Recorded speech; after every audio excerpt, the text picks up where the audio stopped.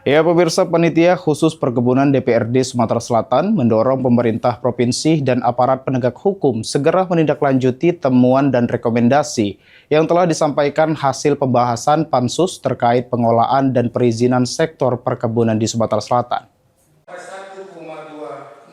Ketua Pansus Perkebunan DPRD Sumsel, Aswan Muftih, menyampaikan harapannya agar hasil laporan Pansus yang telah diserahkan dalam sidang paripurna tidak hanya menjadi dokumen rekomendasi, namun dapat ditindaklanjuti secara nyata oleh pemerintah provinsi dan aparat penegak hukum.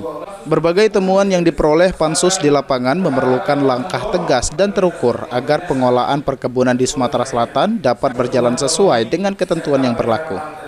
Kepada instansi terkait agar segera melaksanakan keputusan rapat antara Komisi 2 DPR RI, Kementerian ATR BPN, dan Pansus Perkebunan DPR Sumatera Selatan.